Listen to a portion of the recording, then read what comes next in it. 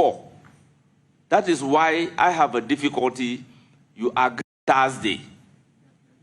The nominees that are to be vetted on Wednesday that we couldn't do, she should merge it with Friday. And then let's look at the number.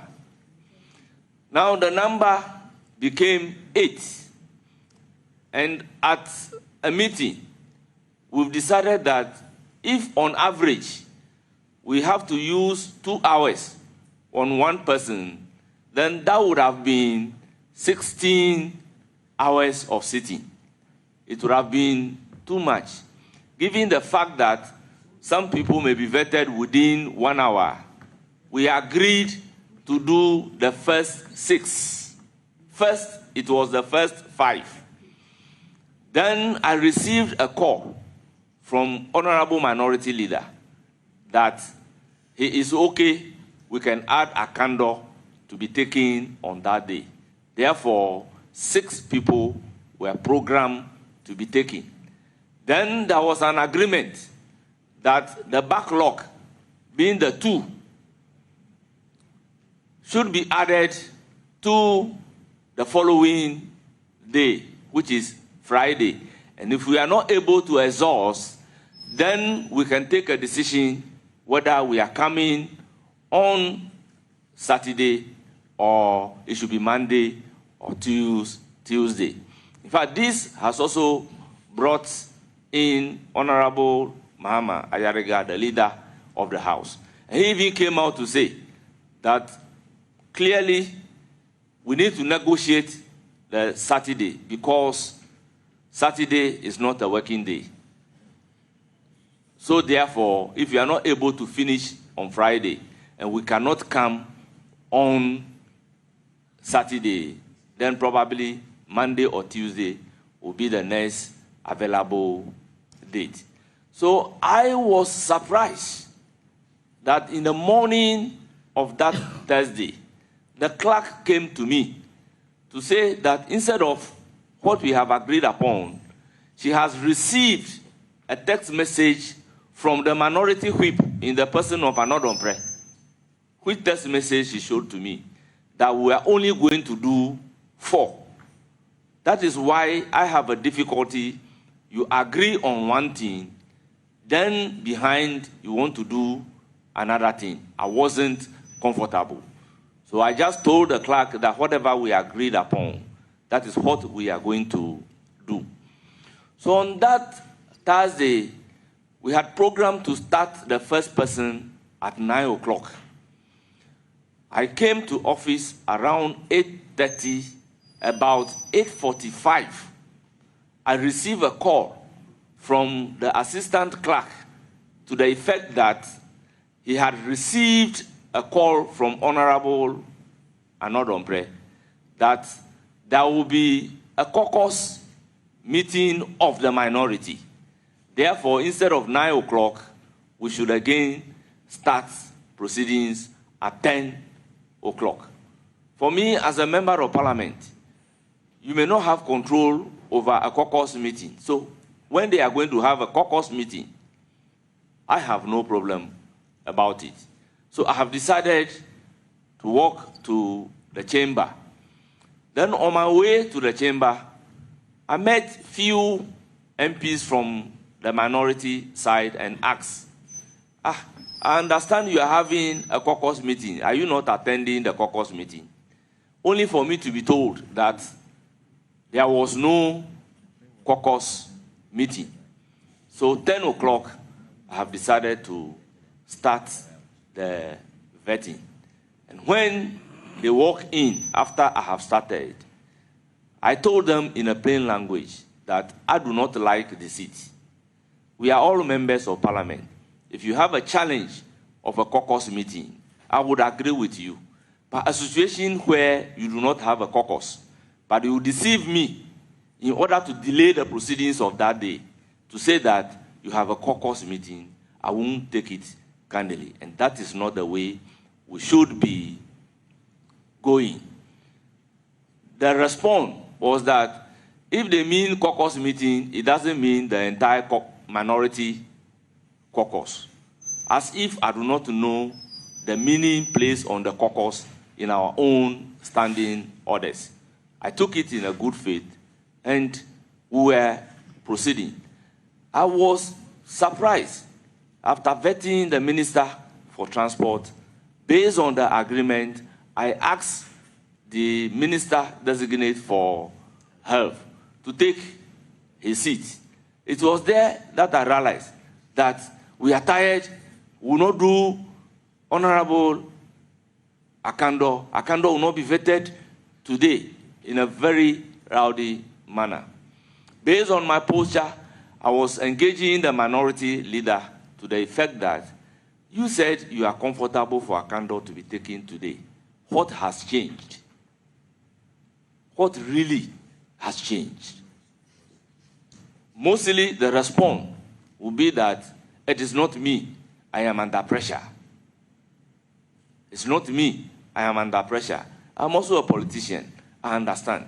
So I was making an attempt to persuade them that in view of the fact that Honorable Akando had to bring the chiefs and opinion leaders from Juaboso, and he being the last person, there are instances where vetting of the committee will end at 10, 10:30, 11. And this is just getting to about 8 o'clock. So we could accommodate and take Honorable Akando for that day so that the rest of the two will be shifted to the following day. And if we are not able to finish the following day, then we could consequently adjust ourselves and finish the following week. Then what I realized was that whilst that negotiation was ongoing, I heard the minority leader requesting that they should call some people into the vetting room. And in no time, they started walking to the vetting room. And that very day, minority leader was so harsh to the deputy, second deputy whip, Jerry Ahmed Shaib. I intend not to repeat the words inflicted on him that very day. So I realized that they were under some kind of instruction from their leader to do certain things. Honorable members of the committee, let me place on record that there are some instances where my ranking member will ask their side that they should all stand up and put on the microphone. And by putting on the microphone, all other microphones will be disabled. And you cannot do anything when all the microphones were on. So to some extent, I do not really understand what they want. Because, honorable members, by my level of tolerance and the way and the manner I have accommodated them, sometimes I do not expect it to be treated in a particular way. And as I said, life is about give and take. We were prepared to give and we were prepared to take. So I also expected them to also give and take. So before I could realize, somebody said something in tree and they started pulling the cables, and I mean, there was a pandemonium. The whole place became very hostile. And if you can watch the video carefully, I was so much surprised about the incidents of that day, and I was just sitting down looking at them. As usual, the honorable leader came in trying to restore order, but they wouldn't listen. And once the video accounts is before you, I intend not to repeat whatever happened, because the video would speak louder than my voice. I thank you so much for giving me the opportunity. Thank you very much, Bernard. I hope I'm allowed to call you Yes, please. Bernard, because I might forget myself if I always have to say second deputy speaker, first deputy speaker. Congratulations again on your high office. Thank you. It's finished. So, colleagues, if you have some questions for him.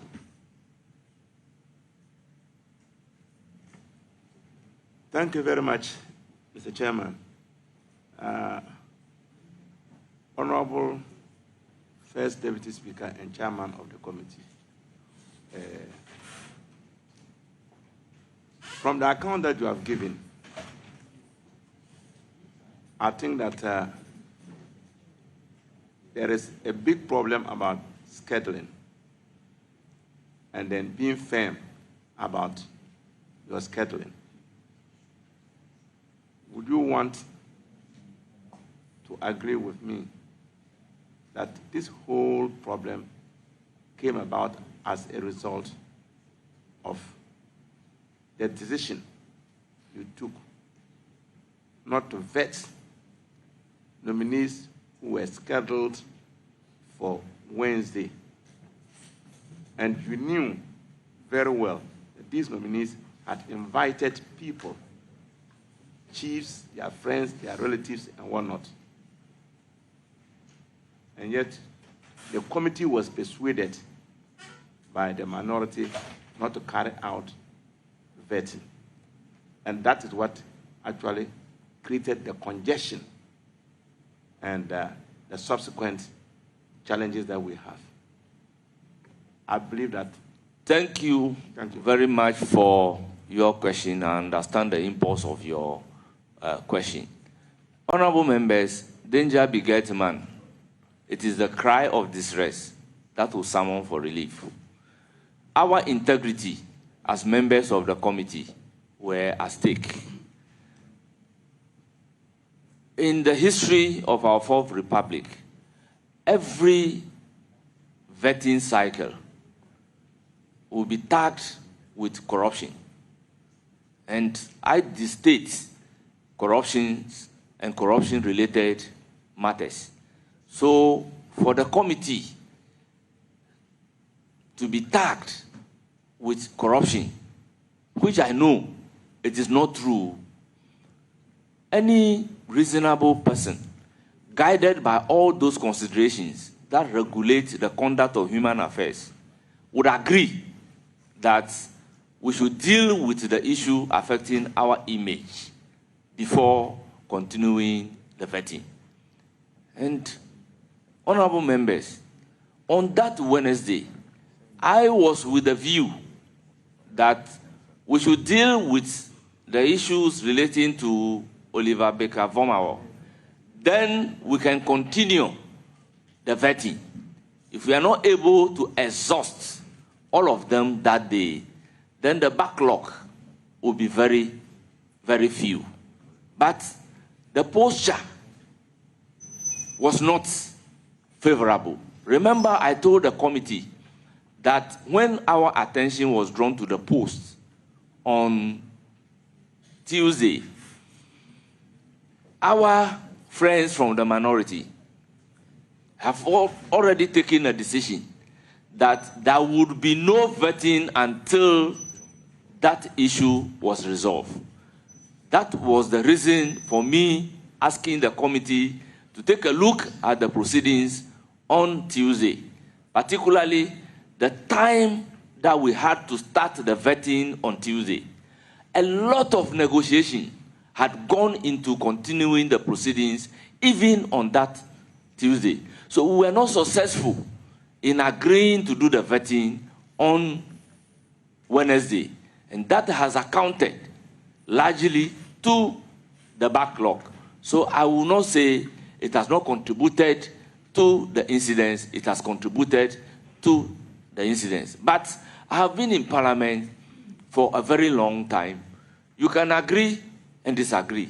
Even before the committee, there were agreement and disagreement, and we normally suspend. So if you watch the proceedings, there are instances where I will suspend proceedings to go and judge And even that money, we did some kind of consultation, and then we agree on the 6 people to be vetted. So I was surprised what really changed when the very last person that you reach out to me to say that you are comfortable for him to be vetted that day. When I invited him to take the seat, then this whole thing have started. So between the time that they communicated to me that he can be added as the 6th person and the time that I invited him to take the seat, I do not know what went on among our colleagues at the minority side. Thank you very much, Honorable Deputy Speaker. We have a lot of questions for you being the chairperson, so please be concise and precise so that we can finish with you for you to be able to go and preside over the House. So please be concise and precise. Thank you very much. Honorable Senator.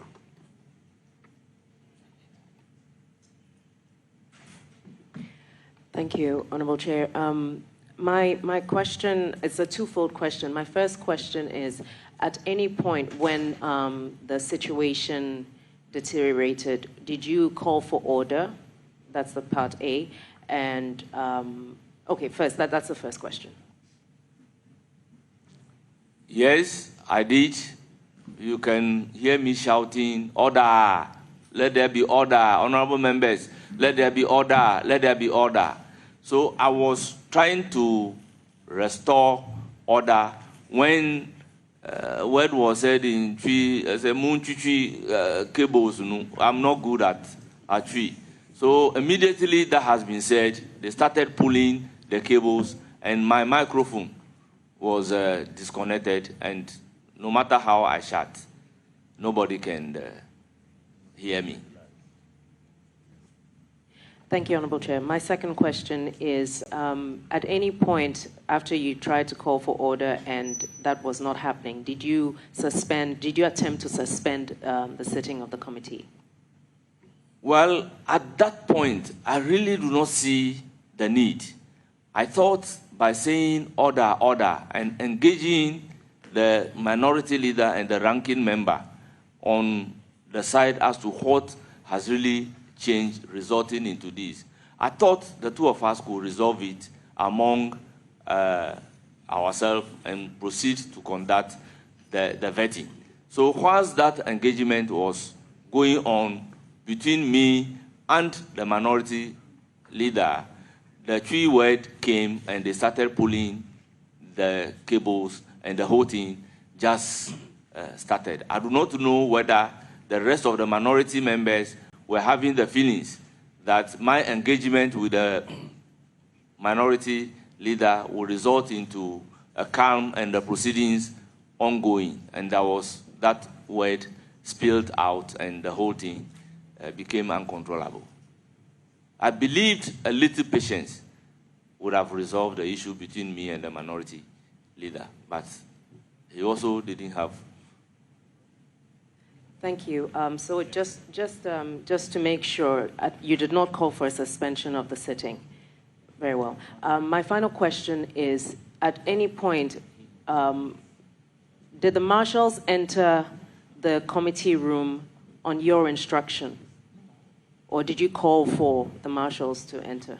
Yes, I asked my usher to bring in the marshal because I sit as a chair with my ears widely open.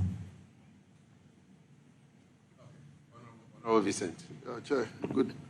Thank you very much. The Speaker, would you be surprised that those who were involved in the scuffle, we had one person who was not a member of parliament, not part of parliamentary staff.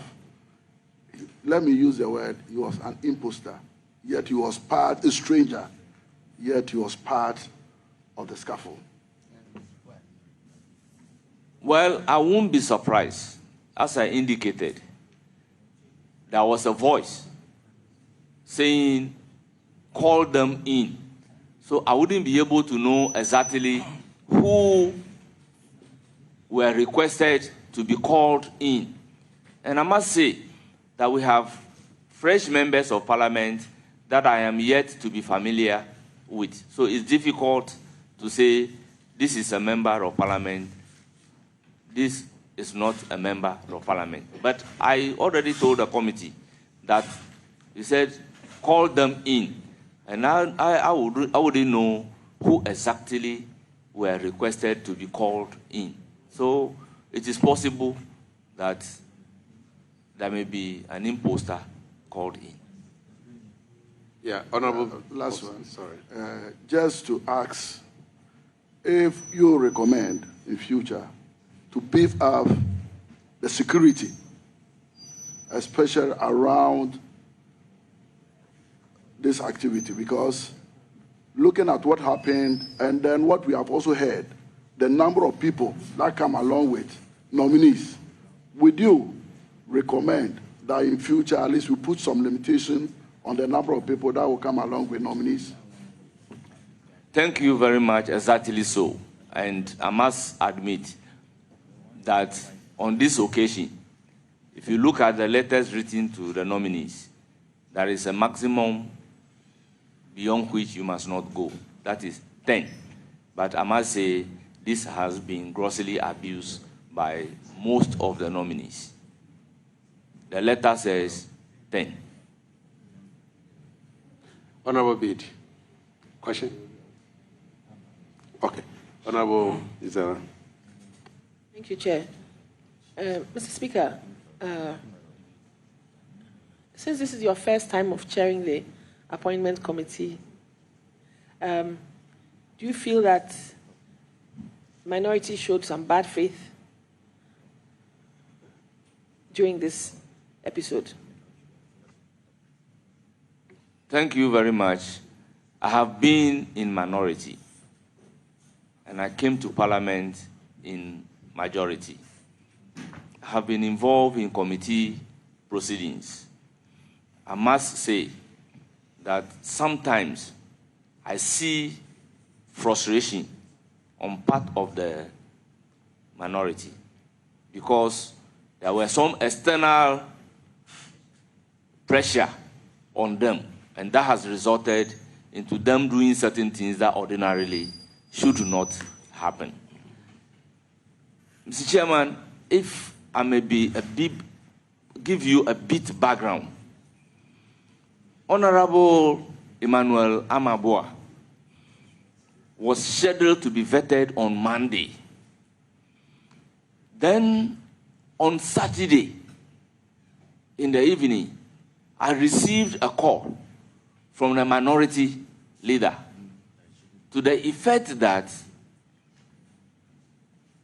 some people are not too happy about the last State of the Nation address of the former president, particularly the words used by Honorable Emmanuel Ama Kofi-Boa.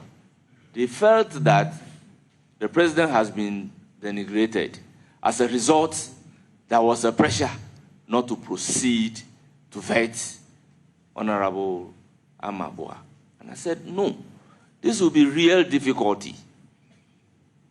I would find it very difficult to accede to the request, particularly if he has been written to appear on Monday. So I reached out to the clerk of the committee, and there was a confirmation that he had been handed over a letter to appear on Monday. So I called back to say that it's going to be very difficult. The event that unfolded resulted into the influencing the minority leaders' behavior towards the clerk. Because there was an issue to the effect that the clerk should take me as a chairman out of the arrangement to vet or not to vet Amaboa on Monday, Honorable Emmanuel Amaboa on Monday, and take the responsibility, take him also out, and then postpone Emmanuel Amaboa, which was difficult for the clerk to do. And I believe the minority leader is not happy about this. So I'm of the view that they were also under some kind of pressures informing the way they go about doing certain things. There was a pressure that Honorable Sam George should not be vetted. Honorable Okujeto Ablakwa should be the last to be vetted. So a lot has been happening. Thank you very much, Honorable Enyimedu. Mr. Chairman, this is the first time you are chairing a committee in this House. Is that correct?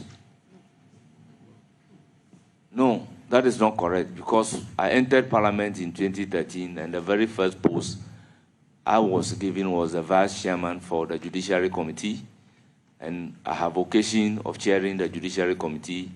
Then in my second term, I became the Vice Chairman for the Subsidiary Legislation Committee, and you are aware that I've also been chairing the Subsidiary Legislation Committee. Then I became a ranking member for Constitutional, Legal, and Parliamentary Affairs Committee. So this is actually not my first experience chairing, but this is my first experience chairing the Appointment Committee.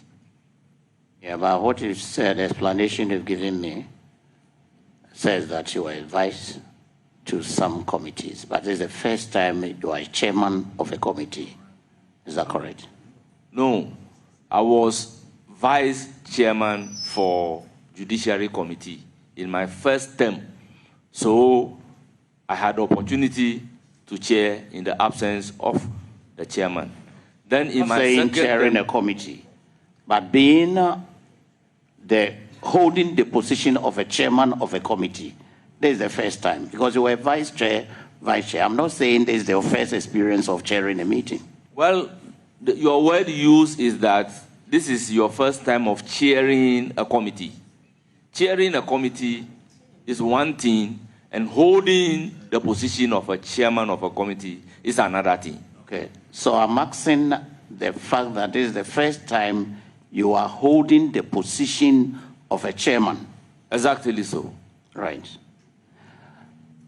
Would you agree with me from your narrative that prior to the Thursday meeting, you were prejudiced against the minority? It is far from that. Why did you say we should not. go and look at their faces on the Tuesday proceedings? Well, the whole thing emanated from Tuesday, and the actual rioting started on that Tuesday.